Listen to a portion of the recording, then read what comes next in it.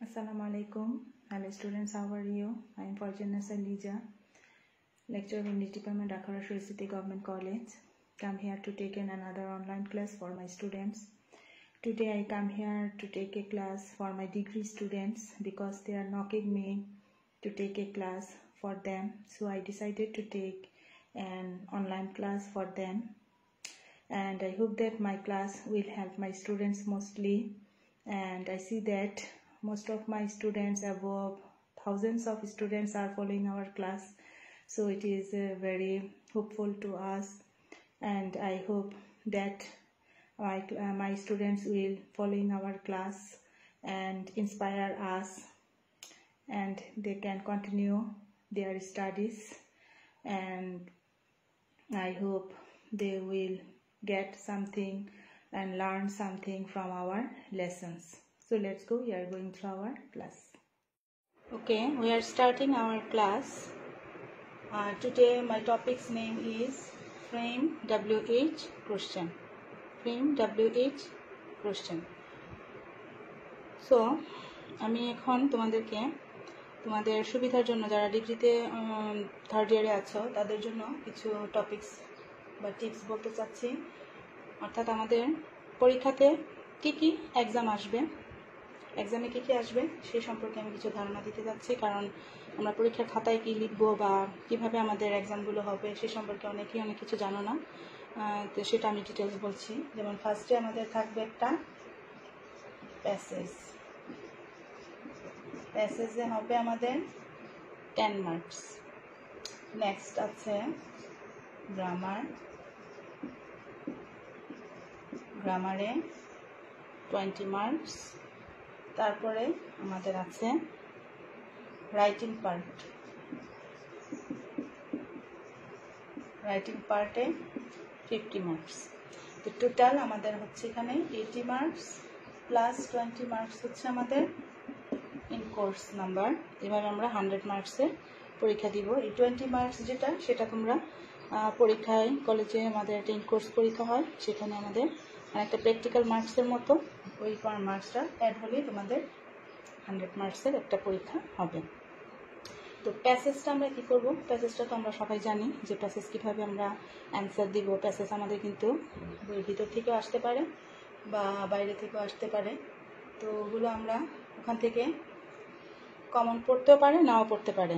এই টাইপের কিছু প্যাসেজ তোমাদের আসবে, সেগুলো তোমরা কিছু কোশ্চেন দেওয়া থাকবে এবং কিছু তোমার ওয়ার্ড মিনিং দেওয়া থাকে। ওয়ার্ড মিনিংগুলো সাধারণত তোমার এরকমভাবে দেওয়া থাকবে যেগুলো দিয়ে তুমি আবার সেন্টেন্স তৈরি করতে হবে।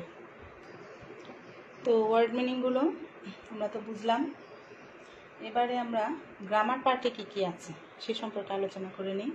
কারণ এই পার্টটা আমাদের অনেকগুলো গ্রামার পড়তে হয়, যে গ্রামারগুলো আমরা সাধারণত আগে পড়েছি এবং কিছু নতুনও আছে, সেই সম্পর্কে আমি তোমাদের কিছু ধারণা দিচ্ছি। গ্রামার পার্টের মধ্যে ফার্স্টে আমাদের পড়তে হবে 1 নম্বরে চেঞ্জিং ওয়ার্ড।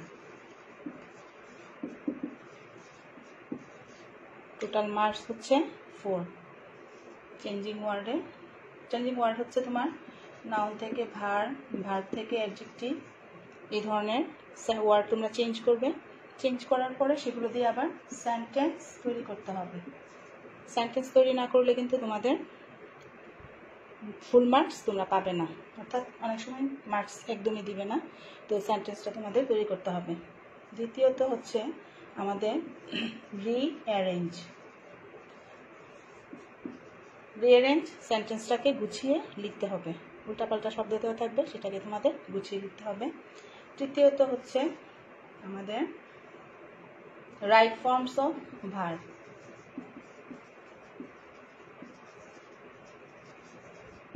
Total marks 4। তারপরে আছে আমাদের পাঞ্চুয়েশন, তারপরে আছে আমাদের ফ্রেমিং ওয়ার্ড আছে,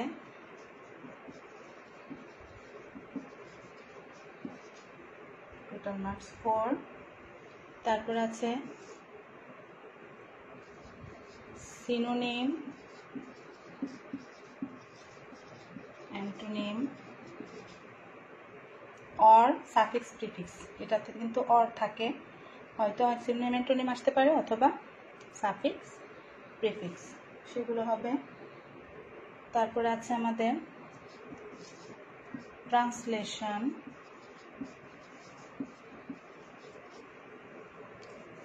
বেঙ্গল ইন্টু ইংলিশ, এটাতে 4। তারপরে আছে আমাদের ফিলিং দ্য ব্ল্যাঙ্ক,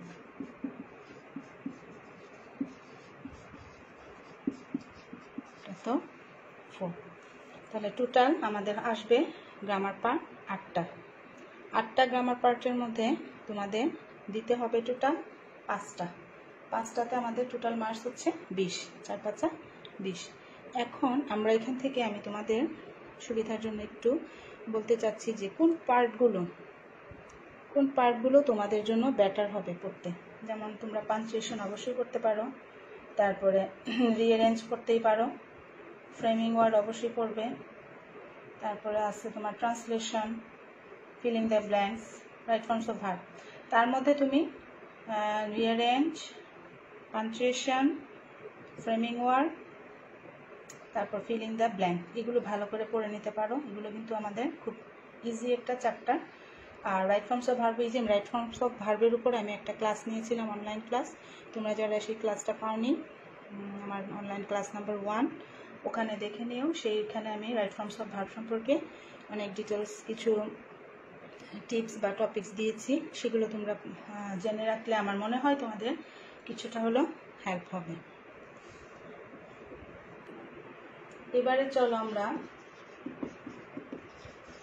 রাইটিং পার্টে আমাদের কি কি থাকছে সে সম্পর্কে জেনে নিই। রাইটিং পার্টে আছে আমাদের প্যারাগ্রাফ, তারপরে আছে কম্পোজিশন, তারপরে আছে আমাদের রিপোর্ট, তারপরে আছে লেটার, অ্যাপ্লিকেশন,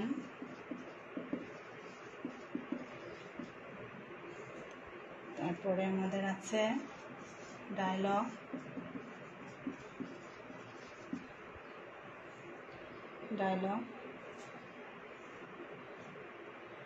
পোস্টার,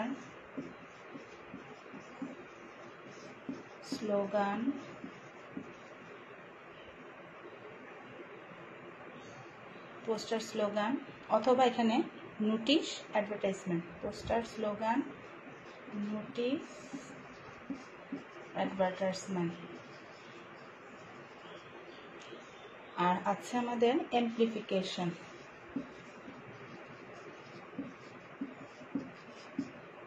অ্যাম্প্লিফায়ারটা হচ্ছে তোমার ভাব সম্প্রসারণের মতো একটা সেন্টেন্স দেওয়া থাকবে, এটাকে বিরাট আকারে বর্ণনা করে লিখতে হবে। তো এখানে 8টা আমাদের রাইটিং পার্টে আসছে। রাইটিং পার্টের মধ্যে তোমাদের দিতে হবে টোটাল 5টা, প্রত্যেকটাতে মার্কস 10।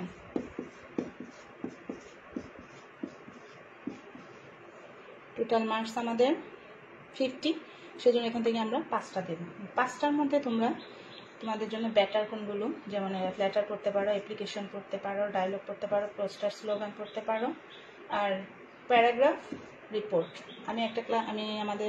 আমি বিভিন্ন ক্লাসে তোমাদের বলে দিই যে প্যারাগ্রাফ, রিপোর্ট অনেকটাই একই টাইপের, শুধু একটু লেখার ধরনটা আলাদা। একটা পড়লে আর একটা আমাদের অনেকটাই কভার হয়ে যায়। তো ওই সিস্টেমটা আমি ক্লাসে বলে দিয়েছি বারবার, তোমরা ওইভাবে পড়ে নিবে। আর কম্পোজিশন, অ্যাম্প্লিফিকেশন থেকে তোমরা যেটা ভালো লাগে একটা পড়ে নাও, পড়ে তোমাদের আমি আশা করি তোমাদের রাইটিং পার্টগুলো অনেকটাই তোমাদের কমন পড়ে যাবে এবং তোমরা একটা ভালো রেজাল্ট করতে পারবে। তো এইভাবে আমরা রাইটিং পার্ট, গ্রামাটিক্যাল পার্টগুলো সম্পর্কে আলোচনা করলাম, যে আলোচনাগুলো আমি আশা করি তোমাদের পড়ার ক্ষেত্রে, এখন যেহেতু আমরা ইয়েতে আছি, কোয়ারেন্টাইনে আছি, বা আমরা আমাদের সকলে বাসায় অবস্থান করতেছি, তো আমরা কি করতে পারি, এই সময়টাকে কাজে লাগাতে পারি। কাজে লাগিয়ে আমরা আমাদের এই পার্টগুলো, যেগুলো আমরা মুখস্থ করতে পারবো সহজে, সেগুলো আমরা পড়ে ফেলতে পারি। তো আমরা এই সম্পর্কে তোমাদের আলোচনা করলাম। এবারে চলো আমরা ফ্রেম WH কোশ্চেন, অর্থাৎ ফ্রেমিং ওয়ার্ড নিয়ে কিছু আলোচনা করি। ফ্রেমিং ওয়ার্ডটা কি? অবশ্যই বুঝতে পারছি এখানে WH কোশ্চেন দেওয়া আছে, মানে তোমাকে উত্তরটা দেওয়া থাকবে, তোমাকে প্রশ্ন করতে হবে। তো আমি WH দিয়ে কি শব্দ হয় যেগুলো আগে দেখাচ্ছি, যেমন what, where, when, how, which, whose, whom, why, আরও এক্সট্রা বিভিন্ন শব্দ। আমাদের এই শব্দগুলো দিয়ে সাধারণত আমরা কি করি? প্রশ্ন করি। আর প্রশ্নবোধক চিহ্ন অবশ্যই আমাদের সেন্টেন্সের পিছনে প্রশ্নবোধক চিহ্ন রাখতে হয়। এই দুটো আমাদের হচ্ছে এই ফ্রেমিং ওয়ার্ডের মূল কাজ। আমরা এগুলো দিয়ে করব আর পিছনে একটা প্রশ্নবোধক চিহ্ন রাখবো। তো তোমাদের আমি প্রথমে একটা এক্সাম্পল দেখাচ্ছি। যেমন অনেক সময় আমরা বলি what is your name, my name is x. ধরো মাই নেম ইজ এক্স, উত্তরটা এখানে দেওয়া আছে, তোমাকে বলছে প্রশ্ন করার জন্য, আমার নাম এক্স বললাম। এখন অন্য কেউ যখন আমাকে প্রশ্ন করবে কি বলবে? তোমার নাম কি? কি কি মানে হচ্ছে হোয়াট, বাংলায় কি, ইংলিশে হচ্ছে হোয়াট।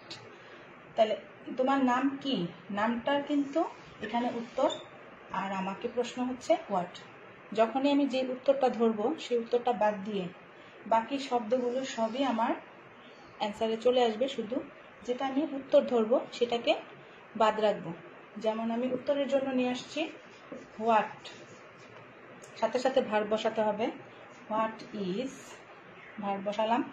মাই নেমের জায়গায় হবে কি ইউর নেম। কেন হলো ইউর নেমটা? কেন হলো? এখানে আমি আমাকে কখনোই প্রশ্ন করতে পারবো না, আমাকে কেউ প্রশ্ন করবে, উত্তরটা দিব আমি। তো মাই থাকলে হয়ে যায় ইউ, ইউ থাকলে হয়ে যায় কখনো মি অথবা মাই। তো ওই জিনিসগুলো খেয়াল করতে হবে যে আমি যদি বলি আমার নাম কি, আমার নাম এক্স, এভাবে উত্তর দেওয়া যাবে না। তো আমাদের এখানে হোয়াটের পর আমরা কি আনলাম? ভার্ব, তারপর আমাদের পুরা যে শব্দটা ছিল সেই শব্দটা আমরা ইউজ করে ফেললাম। তাহলে ফ্রেমিং ওয়ার্ডের মধ্যে খুব বেশি কাজ করতে হয় না, শুধু অ্যান্সার, যেটা অ্যান্সারের জায়গায় তুমি WH কোশ্চেন দিয়ে কোনো একটা প্রশ্ন লিখবে, আর বাকি যে শব্দগুলো থাকবে সাথে সাথে ভার্বটা নিয়ে আসতে হবে, এবং বাকি সেই শব্দগুলো থাকবে সেগুলো যুক্ত করে দিলেই ফ্রেমিং ওয়ার্ডটা কমপ্লিট হয়ে যাবে। এবং পিছনে অবশ্যই প্রশ্নবোধক চিহ্ন রাখতে হবে, তা না হলে কিন্তু আমাদের পুরো মার্কস আমরা পাবো না। আরেকটা আমি দেখাচ্ছি, যেমন এখানে আমি বলেছিলাম যে মাই হলে ইউ হয়ে যায়, ইউ হলে মাই হয়ে যায়, ফার্স্ট পার্সন সেকেন্ড পার্সনের কাজ করেছিলাম। এখন আমি থার্ড পার্সনের কাজটা দেখাচ্ছি। শি লুকস ভেরি নাইস, সে দেখতে খুবই সুন্দর, সে দেখতে খুবই সুন্দর। এখন আমি একটা প্রশ্ন কি করতে পারি? সে দেখতে কেমন? কেমন ইংলিশ কি? হাউ, হাউ দিয়ে করে যায়, হাউ দিলাম। হাউটা কেন দিলাম? ভেরি নাইস, ভেরি নাইসের জন্য আমি কি আনলাম? হাউ। বাকি আছে কি? She looks. এই দুটা শব্দ আমি বলছি সবসময় WH এর সাথে কি করতে হবে? ভার্বটাকে বসাতে হবে। তাহলে ভার্ব আমার এখানে যেহেতু নাই, আমি একটা ক্লাস নিয়েছিলাম তোমাদের online class 1 right forms of ভার্বের উপরে, সেখানে তোমরা এইগুলো কাজ দেখতে পারবে যে কেন আমরা ডু ডি ডাজের কাজ করি, কেন ভার্বগুলো আমরা is are was were have has এগুলো বসাই, প্রত্যেকটা জিনিস আমি আলাদা করে দেখিয়েছি। ওই ক্লাসটা তোমরা আবার ফলো করে নিও। তাহলে আমরা এখানে হাওয়ার পরে কি বসাবো? যেহেতু ভার্ব নাই, হাওয়ার পরে আমরা বসাতে পারি ডাজ। ডাজটা কেন বসালাম? এখানে অ্যাস আছে, থার্ড পার্সন সিঙ্গুলার হলেই সর্বদা ডাজ বসে। হাউ ডাজ শি লুক, এই অ্যাসটা কিন্তু এখানে ডাজে চলে এসেছে, সেজন্য আমি আর লুকের সাথে অ্যাস ব্যবহার করছি না। তার জন্য প্রশ্নবোধক চিহ্ন দিলেই অ্যান্সারটা আমাদের পেয়ে গেল। তারপর আমরা আরেকটা এক্সাম্পল দেখাতে পারি। Mister Rahman comes from Dhaka. তাহলে মিস্টার রহমান কোথা থেকে এসেছে? মিস্টার রহমান এসেছেন ঢাকা থেকে। তো ঢাকা থেকে, কোথা থেকে? প্রশ্ন করতে হবে কোথা থেকে, মানে আমার অ্যান্সারটা হচ্ছে ঢাকা থেকে। থেকেটা আমি রাখবো কারণ আমাকে প্রশ্নে রাখতে হবে কোথা থেকে। তো ঢাকার জন্য আমি আনলাম হোয়ার। হোয়ার ভার্ব কি ভার্ব এখানে আমার কি আছে, 16টা ভার্ব নাই, না থাকলে আমরা জানি কি করতে হবে, ডোডি ডাস। যেহেতু এস আছে, এস থাকলে হয়ে যাবে does. Where does mister Rahman come from, where does mister Rahman come from, অর্থাৎ কোথা থেকে মিস্টার রহমান এসেছে। মিস্টার রহমান এসেছে ঢাকা থেকে। অ্যান্সারটা হলো আমার এরকম। তো আমি এগুলো তোমাদের প্রত্যেকটা তোমরা WH-গুলো সামনে আনবা, সামনে আনার পরে চলে আসবে ভার্ব, ভার্বের পরে তোমরা বাকি যে শব্দগুলো থাকবে সবটাই লিখে দিবে। এভাবে WH কোশ্চেনগুলো খুবই সহজে, খুবই ইজি ওয়েতে আমরা কমপ্লিট করতে পারবো। তোমরা কিছু এক্সারসাইজ করো নিজেরা বাসায় বসে, আমার মনে হয় এতটা কঠিন লাগবে না। এটা খুবই সহজ একটা পার্ট এবং এটাতে তোমরা ফুল মার্কস সবাই পাবে সহজে। তো আমি আজকে আমাদের ক্লাসটা এতটুকুই রাখছি। আগামীতে আরও অনেক ক্লাস নেওয়ার ইচ্ছা আছে, আর আমাদের অনলাইন ক্লাস অলরেডি শুরু হয়ে যাচ্ছে 4 তারিখ থেকে। তোমরা ওই ক্লাসগুলো ফলো করবে, বিভিন্ন ধরনের ক্লাস আমরা নিব। তো আজকে এতটুকুই, তোমাদের সকলের সুস্থতা এবং কামনা করে আমি আমার আজকের মতো ক্লাসটা শেষ করছি। আল্লাহ হাফেজ।